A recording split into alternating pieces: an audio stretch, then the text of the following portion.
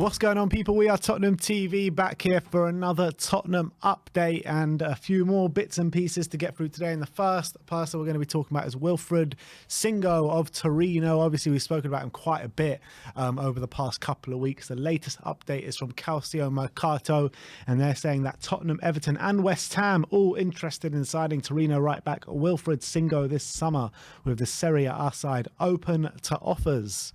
So it looks as though more and more rumours coming out about this guy. Yeah, and he's one, obviously, that definitely fits the bill. What I do wonder, if Conte doesn't stay, if a new manager came in, whether he would be whether we want him because he's a right wing back, or would he be in a back four as well? Who knows? Like if Poch came, would he want him as well? I'm not sure, but obviously a lot depends on what the future holds with our manager and our status. We all know that. Yeah, we got to assume right now that Conte will be here for next season. Well, let's hope so anyway. Brings us on to the next one, which is about Pierre-Emile Hojbjerg. The Mirror brought us a story yesterday saying that Newcastle are planning a £30 million summer move for the Tottenham man. He is high up on their list of targets. Antonio Conte is planning a shake-up of his Tottenham squad, and Hojbjerg could be one of the players to be allowed to move on. Interesting. What did you make out of that? I mean, I don't think 30 million would get him. I think it would be more than that, to be honest. I think Hojbjerg is a trusted member of Conte's team. I think Conte likes Hojbjerg. And especially when he's in a settled team, and especially when he has support around him. Clearly, he's been very good recently, and he's been one of our better players for the last few months. So I don't see it being a situation where Conte is willing or wanting him to go. But if we get a good offer, I do think he's a player who's definitely upgradable, and I do think he's a player who I don't think we would struggle to find a replacement for. But I do think he's a very good, I do think he's a high quality player. But I don't think he's like Kane or something where he's completely irreplaceable. So if we do get a very good offer for him, I think I'd consider letting him go. But I don't think 30 million is that good of an offer. How much do you reckon kind of persuades us to accept an offer for him? More like 45. 45. Interesting. I mean, the way I look at it is that I love Hojbjerg and I think he's a very good player, but I do think he's upgradable. And I think that if you can bring in an upgrade, someone like a Calvin Phillips, who's is he a bit younger or rather around the same age? Same age. I think he's maybe a year younger. I think because obviously we're struggling a bit with the homegrown quota now at the moment as well. So if you can get a Hojbjerg, like let's say Phillips is older. Oh, Phillips is older, is he? Yeah. That's interesting. But either way, the age is not the point I'm trying to make here. The point I'm trying to make here is if you can get Hojbjerg out for between the 30 and 40 million and spend that money on a Calvin Phillips, that boosts the homegrown quota, I think that could work in our favour. Yeah, so that if that's the case, then I think maybe it's just a necessary thing to do. Unfortunately, maybe Hojbjerg might be the full guy. I don't think, in terms of quality, is there too much difference? Phillips may be a bit better. I don't think there's too much difference in quality, though. But if for the homegrown necessity, it might be necessary to do that. And exactly. That might be the case. But I still struggle to envisage a possibility where Hojbjerg does leave this summer. But look, because I think Calvin Phillips is going to be very in demand. So I do think it's going to be a bit of a bidding war for him. And whether we win that bidding war is another question. So yeah, there are rumours that he could be off to Man United this summer as well. But we'll have to wait and see how that one pans out. But I think if we could do that, just to improve the homegrown quota, not lose quality as well by doing it, I think it would be a good move for Spurs. I really do. But next up, we're going to talk about Stefan de Vrij once again. Calcio Mercato saying there is very serious interest from Tottenham for Stefan de Vrij. Spurs are willing to spend an important figure of 40 million euros to sign him this summer. We only heard links from Calcio Mercato a few days ago saying he's only going to be going for about 15, 16 million. So I don't know where all of a sudden it's jumped to 40. Tomorrow will be 30. Next week it'll be 10. Yeah. It's going to be jumping all over the place. But I think he's definitely one who Conte would love. I think he would improve our back line options massively. Experienced, what Conte loves as well, knows how Conte plays. He'll be perfect. 40 million though for a player with 1 year left on his contract, I believe, isn't he? I think that's a bit too steep. To be honest. I think he's a player in terms of value who is probably worth around that in terms of quality. But with 1 year left, you must be able to get and at his age as well. 29, 30. yeah, you're probably thinking less than 40. Yeah, I agree. Next up, Nicolo Zaniolo. The Express are claiming that Fabio Paratici is sending Spurs scouts to watch Zaniolo versus Leicester this Thursday in the Conference League semi-final. Obviously, he's a player that we've spoken about again over the past couple of weeks that we both admire as a player, and I think it would be a great thing to bring him in, but there's obviously injury reservations he has as well. Yeah, but the fact that he's playing so well, to be fair, shows that he's overcoming those injuries, which is good, and that's a positive. Players, Alan Shearer early in his career had big injury problems. He was out for almost 2 years or something, almost over a year, and then he came back and had a very long career. So it doesn't necessarily mean you're going to be done for a long. Look at Van Dijk as well. He had a very bad injury last year, and he's come back and he's playing well again. Zaniolo do 2 ACLs? He did do 2, which is obviously that's very unlucky, but he's come back from that, and he's scoring hat-tricks in Europe and stuff, so you've got to give him credit for that. Harry Kane as well. Harry Kane's had his injury problems. Hardly had extent. No, but I'm saying every year he gets a big injury where he's out for a month, but last season he was only out for 1 game, I think, for the whole season, and this year he hasn't had a big injury either. He's now not missed a game, I think, apart from when he missed early in the season due to the transfer. So yeah, I mean, it's all about if he passes a medical, that's up to the medical staff to decide. So I wouldn't look at the injuries and stuff because he's playing pretty regularly at the moment. It's just about whether we believe he's fit for the Premier League, because we've seen players like him who thrive in those leagues, especially players in his position. That's real key, like flair players who attacking midfield. Those are the kind of players who can thrive in other leagues, and they come to Premier League and they get no time on the ball, and they're getting kicked all over the place and kick lumps out of, and all of a sudden they struggle. So that's one question. But in terms of quality, he's obviously brilliant, isn't he? Yeah. And he's got such a high ceiling, but there's just a lot of unknowns, uncertainties. But look, I think it is a good barometer how he plays against an English side potentially, and Leicester obviously comes up against Leicester, so I'm going to be looking that with keen eye, see how he does. Me too. I'm sure Paratici will as well. Yeah. So roll on Thursday, the Conference League on the telly. Anyway, next up, let's talk about Giovanni Lo Celso. Dan Kilpatrick says that Villarreal are desperate to keep Lo Celso, but his loan deal does not include any obligation to buy. Tottenham want to recoup as much as £55 million, the fee that they paid as possible, or as close to it as possible. Villarreal have never spent more than 21 million on a player, and are likely to push for another loan, which doesn't really help us too much. Another loan. I mean, I can't really see us letting him go on loan if other options are on the table. To sell him for sure.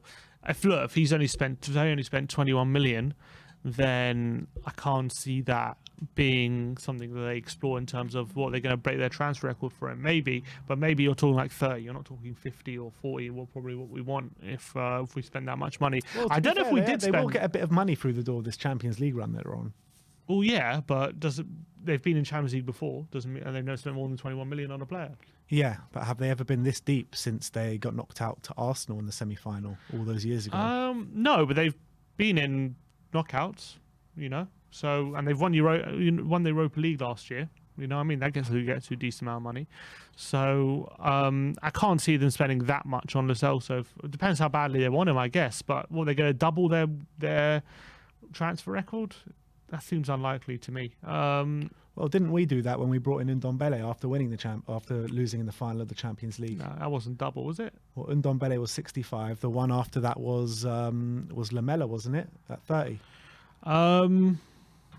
Sanchez was 42. 42. So it's still a significant increase on our. Yeah, but those are add-ons and stuff. So I guess we put add-ons and stuff in it.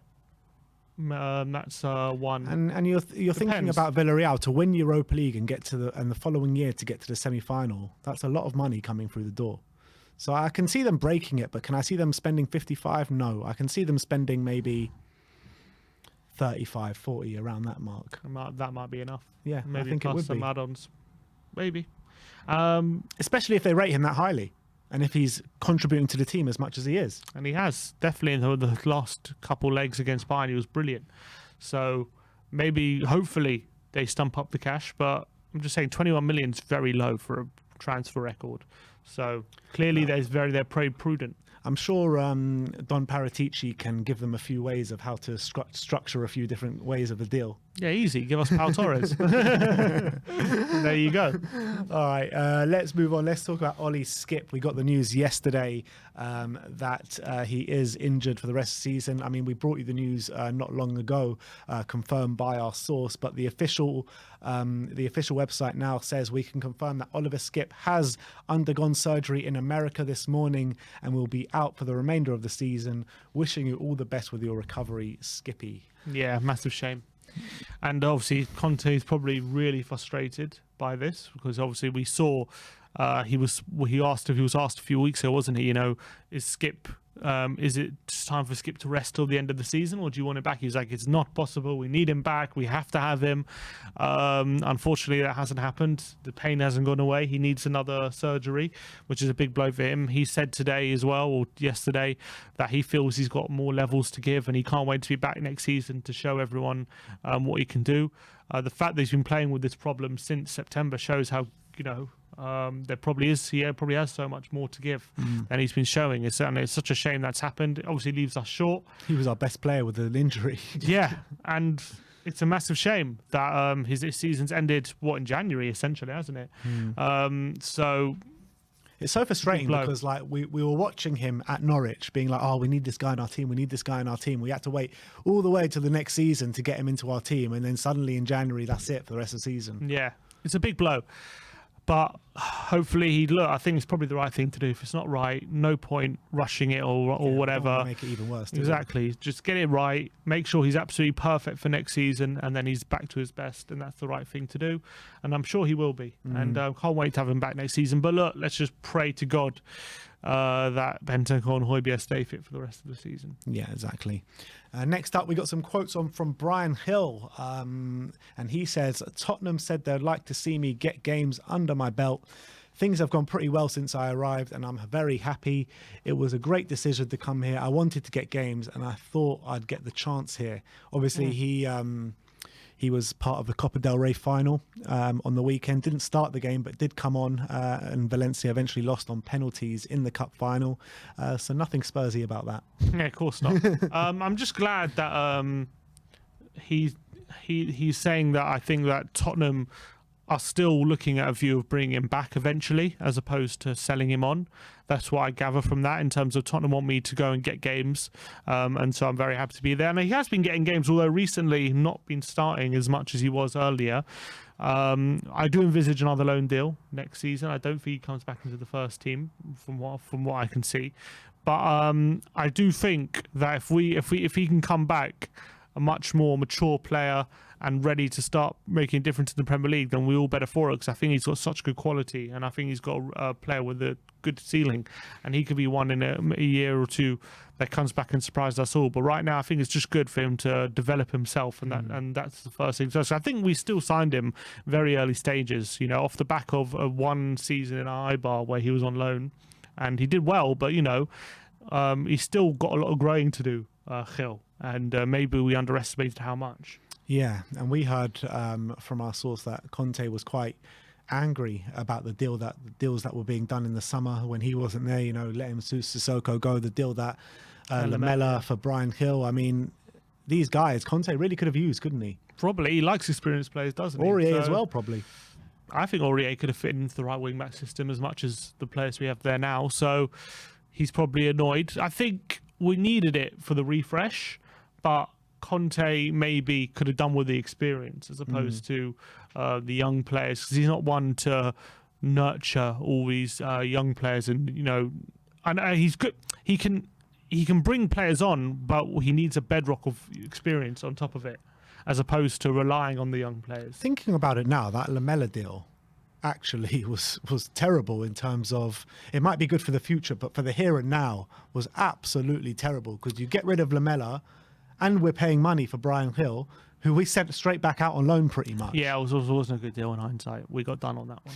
Yeah, we did get done a bit. Well, there's rumours that Gil was about to sign for someone else for 5 million until Paratici got involved. Yeah. And so I'm not saying Gil's not a good player or anything, or he doesn't have a lot of quality, but in terms of Spurs, him being Spurs ready, and the deal to help Tottenham improve their squad, no, wasn't a good deal. And on top of that deal, the Emerson deal, apparently Barcelona were laughing at us for paying that much money for Emerson as Sounds well. like we didn't operate Paratici, great. what happened to him? He got completely done this summer. Not with apart Romero. from Romero. He's the only one. And Bentancur, Kulusevski. Yeah, I'm talking about the summer. Yeah. But anyway, let's move on. And there's been an article from Dan Kilpatrick talking about the huge dilemma that Daniel Levy faces this summer. And what has he been talking about? So he's talking about that Conte is demanding 6 new players. He wants 2 new wing backs. He wants a left-sided centre-back who can play in a back 3. And he basically wants a complete transfer overhaul of the squad in the summer. And he's saying the big dilemma that Levy has is that he back a manager who's putting him under a lot of pressure and his long-term future is not certain? Yes. Or does he not? And does he allow him to leave and bring in someone who's going to be more willing to work within his structure? That is what Dan Kilpatrick is talking about. Dan Kilpatrick makes the argument that Conte threatening to leave and putting Levy under pressure actually makes him less likely to back him in the summer, seeing as he might not be as certain of his future. Now, this is what I was talking about yesterday when we were talking about Conte and Pochettino and the potential swap that could happen in the summer.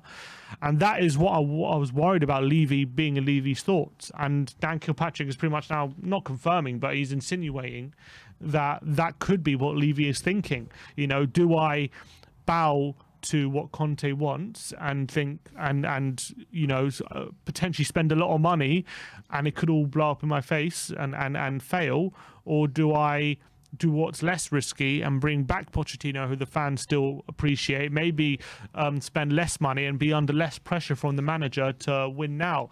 And that's what I'm worried about. When's this guy going to get it in his thick head that his way of working does not work?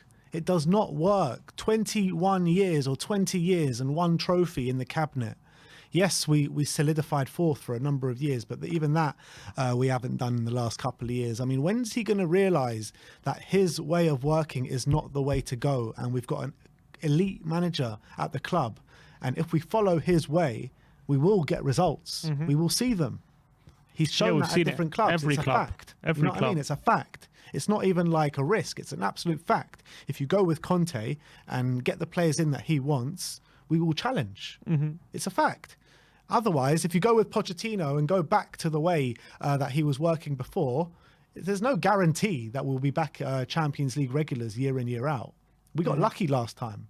We got lucky last time because we had players in the club that pulled through to us. You know, the Moussa Dembele's, Christian Eriksen's, the emergence of Harry Kane, Heung-min Son, Jan and Toby in their prime, Walker and Rose in their prime as well. It's just like, if you bring Pochettino back, as much as the fan base will love seeing Pochettino at this club, it's a step backwards and there's no guarantee of success. Yeah, and so for me, obviously, for us fans and, from the outside, it clearly makes sense to us. You give Conte what he wants. That's the best way forward. But Levy doesn't think like that. He doesn't think of football first. He thinks of himself and he thinks of the finances first. And he might argue, I'll have less pressure from Conte on my back. I'll have less money to spend. I'll have less pressure to spend money and all this kind of stuff, and less pressure from the manager that we have to compete for big things right now, which he might not think we're capable of or something. So, or might not even care. He just wants top 4, wants a Champions League money. That's what he cares about competing for. Whereas Conte is not enough for him. That's not enough to satisfy him. So I'm worried that Levy is considering not giving Conte what he wants, and that would be a massive step backwards in where this club is building and the project this club is going on. Because right now everyone can see, it's clear to see the improvement we've had, and everyone knows that it's an improvement under constraints, that the squad is still got major holes in it, and yet Conte is doing the best with what he has, and he's doing a damn good job as well. The fact that we're even in the top 4 race is a miracle at this stage. So Conte's done a brilliant job to get us here, and if he had players more suited to how he wants to play, there'll be no doubt that would be in a much better position next season. But it's whether Levy wants to play that game, and I'm worried that he might decide not to. And it's How look, many that's projects? a How worry. many projects is he just going to rip up and start again? How many times are we going to do this? It's just a joke. I mean, That's I'm the worry. fed up of ripping up and starting again. That's the worry. We've got literally an elite manager. You're never going to be. Levy is never going to be able to hire a manager of Conte's quality ever again. Yeah. Literally ever again. This is his last chance. And we're going to rip it up and go back to what we had before, a massive step backwards. Well, he might not, but he might be. He might as well. I'm saying if he does, it's a joke. But anyway, let's move on to the last, not story, but this is an interesting one. And there could be a playoff for the top four. And if you thought that the North London derby as a decider for Champions League in a few weeks is not enough for you, this one could be way too much for all of our emotions. And a chap called Richard, AFC Richard on Twitter, brought this to our attention yesterday. And his tweet reads, if Arsenal and Tottenham fans are dreading the decisive North London derby, the following results would see both teams finish the season level on points, goal difference and goals scored, meaning a playoff would be required at a neutral venue to decide who finishes fourth.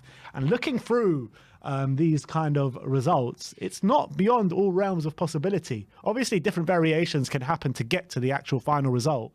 But what he's put here is West Ham to lose, Arsenal to beat West Ham 3-0, Arsenal to beat Leeds 3-0, Tottenham to beat Arsenal 2-1, Arsenal to draw with Newcastle 1-1, and then on the final day of the season, Arsenal to beat Everton 2-0. Now, the Spurs fixtures he's got: Tottenham to win 2-1 against Leicester, Liverpool to beat Tottenham 3-0, Tottenham to beat Arsenal 2-1, and Tottenham to beat Burnley and Norwich both 1-0. And that will see Tottenham and Arsenal finish completely level. Completely level. Incredible. Which, you know, those results aren't even that unlikely. Yeah. And a North London derby playoff would... That would At a neutral, probably at stressful. Wembley, I'm guessing. That would be stressful. It would be like a cup final. Would you take it right now if you offered a playoff right now for the chance to be in Champions League? Oh man, I don't know if I would. I don't know. I'm just thinking about it now. It would just be way too much for the emotions. Way too crazy. much. Like I'm dreading the thought of this North London derby in a few weeks' time. I can't dread to think going to Wembley half and half. Oh my god, it'll be way too much to fathom. It would be mental. I think I might take it right now. You know, I would back us. I'd back us to take it. In a one-off. Oh, it'll be too much. It'll be too much for me to take. Just quickly to mention, we have obviously partnered up with OP Pets on the OP games, and we'll put the link in the description again. We have 2 hospitality tickets for the North London derby to give away. If you want to be in it to win it, and a chance is absolutely free to sign up. Link will be in the description below, so go ahead and check out the link if you want a chance to win 2 tickets for the North London derby in May in the hospitality seats. And go ahead and check it out. Links in the description. All right. So that is your Tottenham update for today. Let me know in the comment section below if you have any thoughts regarding any of the news stories we brought to you today. And also let me know, would you take right now that playoff against Arsenal at a neutral venue to decide who goes into the Champions League? I want to know your opinions in the comment section below. Like, subscribe and comment. And as always, come on you Spurs.